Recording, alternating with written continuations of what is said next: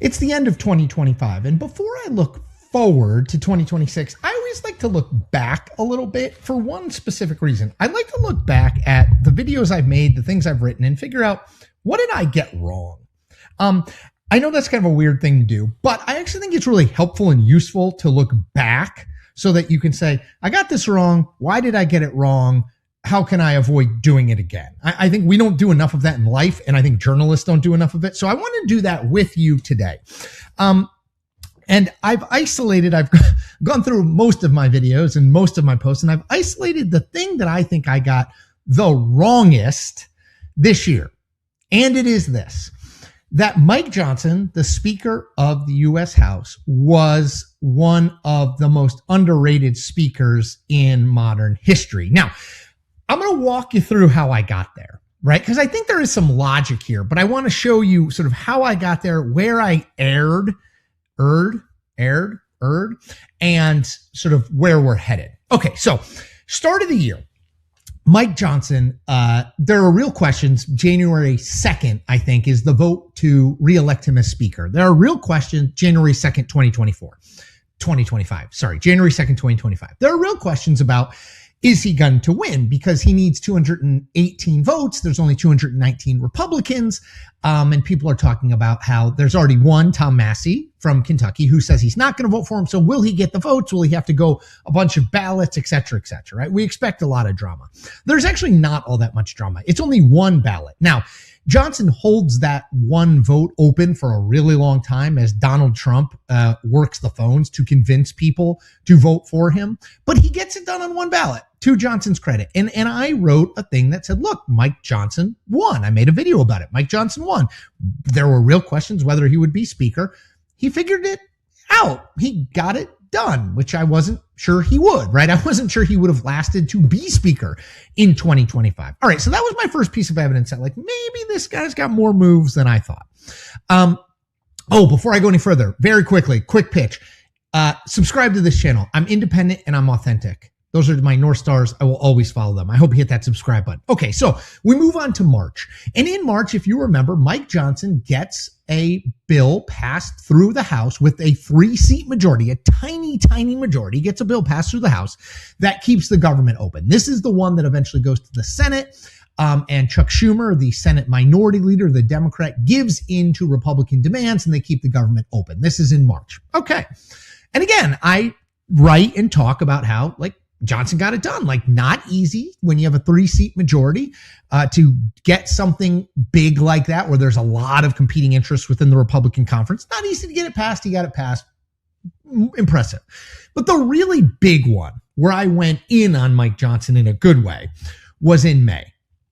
In May, he gets the one big beautiful bill, this massive domestic spending bill that includes the extension of the Trump tax cuts, funding for ICE. I mean, it's just a huge bill that, by the way, we're still kind of grappling with its impacts, many of which will go into place in 2026.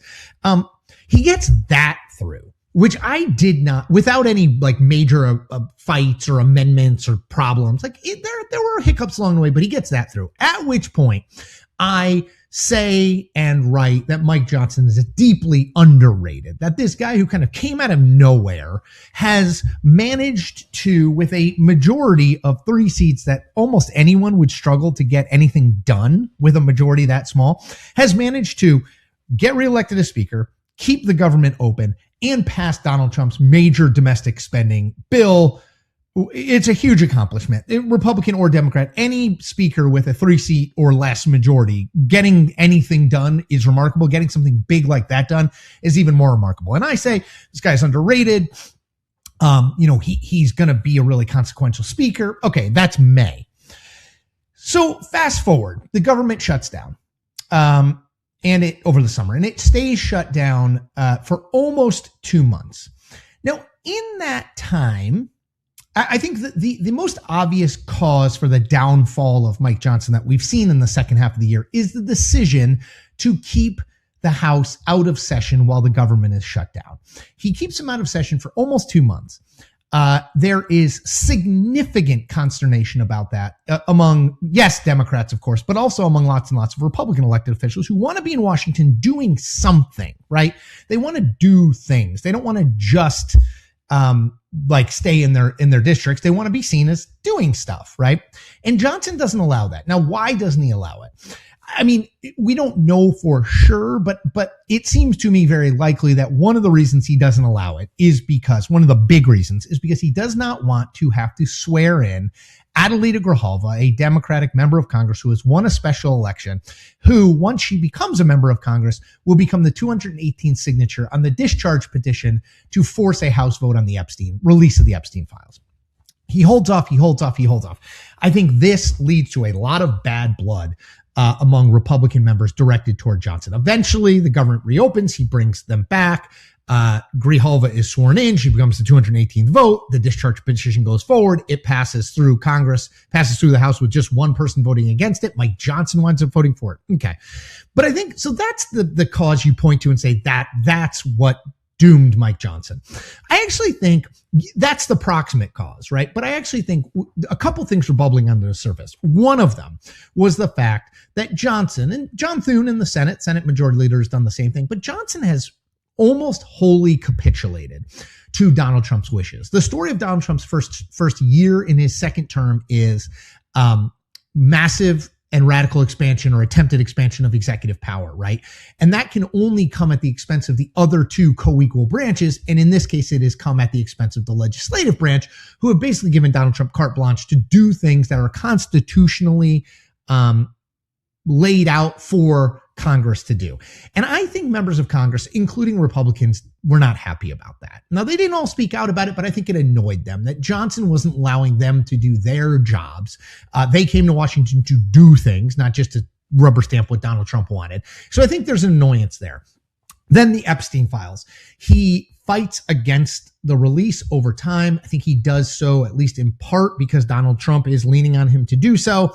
I think that gets him crosswise with a lot of Republican members, a lot of female Republican members who are like, why are we protecting this? Now, he also does another thing which is stupid politically during that same time, which is he cuts a deal with Democrats to avoid a censure vote, a vote on the House floor censuring Florida Republican Congressman Corey Mills. Now, Corey Mills has been accused of sexual misconduct by an ex-girlfriend, and several Republican female elected officials, including Kat Kamek from Florida, Anna Paulina Luna from Florida, blast Johnson publicly for cutting this deal that lets Mills not get censured by the House. So there's a lot there bubbling. I think just as one other Republican woman it's worth mentioning, Elise Stefanik, who was leaving Congress, a member of leadership, was leaving Congress to run for governor. She's since dropped out of that race, but she blasts Johnson publicly, says he's a political novice. Those are her words, said if there was a vote for speaker, he wouldn't get elected speaker right now. I mean, so you see all of these tensions. And then you see towards the end of the year, things really start to collapse for Johnson. So you have the discharge petition that succeeds. And what a discharge petition, the easiest way to understand it, it's a way to end run the leadership. If the leadership doesn't want a bill to make to the floor, it doesn't make it to the floor unless 218 people, a simple majority of the House, sign and say, we want this to come to a vote, then it has to come to a vote. So the Epstein discharge petition succeeds. It comes to a vote. It passes overwhelmingly. It becomes law in very short order. Then Johnson, right at the end of the year, as he's trying to get Congress out of session for the holiday, he comes out in opposition to a vote on the extension of subsidies to make the premiums in the Affordable Care Act more affordable, which, by the way, I will note 70+% of the public, including Republicans, Democrats, and independents, support. He comes out and says, we're not going to have this vote. 4 moderate Republicans, 3 of whom are from Pennsylvania in swing districts, come and say, well, no, they sign on to a discharge petition led by the House Democratic leadership that in January will force a vote on the extension of the Affordable Care Act subsidies. So we have now had 4 successful discharge petitions in just the first year of Mike Johnson's time in Congress as Speaker. That is the most we've had since the 1937 to 1939 Congress. 4, and we've still got a year to go. So as we come into this new year, I had always assumed that Mike Johnson would last at least until the 2026 election. At that point, if they lost the House, he'd probably get kicked out as House Minority Leader if they lost a majority, or at least be seriously challenged.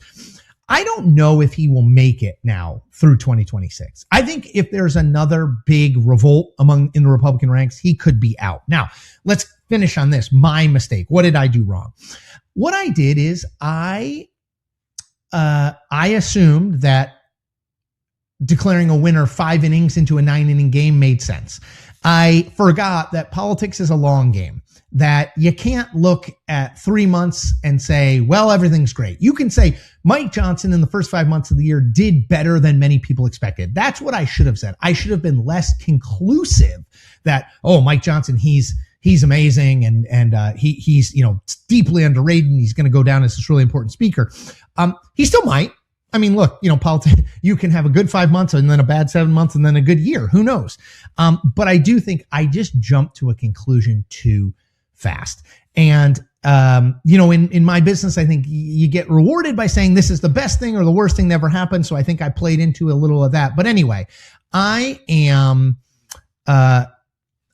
just always want to publicly acknowledge when I screw stuff up. And it was an honest mistake. I don't think I was wrong to say that Mike Johnson had a good first 5 months of the year. I just shouldn't have been as definitive that meant he's now going to have a great, rest of the year. Politics is changeable. It's why I love it, but it's a good reminder to not make hard and fast conclusions based on limited evidence. But I always want to be acknowledging of things I got wrong, explain to you why I got it wrong. I'm a human. I've made mistakes before. I will make mistakes in 2026, but I will do my best to not make the same mistakes in 2026 that I made in 2025. And when I do make an error, to always acknowledge it and explain how I got there. Anyway, I just wanted to say thank you, first of all, if you are already a subscriber. It means a ton to me. If you're not, hit that subscribe button. I'm independent. I am authentic. Second thing you can do for me is you can like and comment on this video, which helps me get my content out to people who are not already subscribers. Last thing, be an evangelist. Tell a person or two why you like what I do and why you think it's important and why they need to follow headed into a huge political year of 2026. Okay, everybody, take care.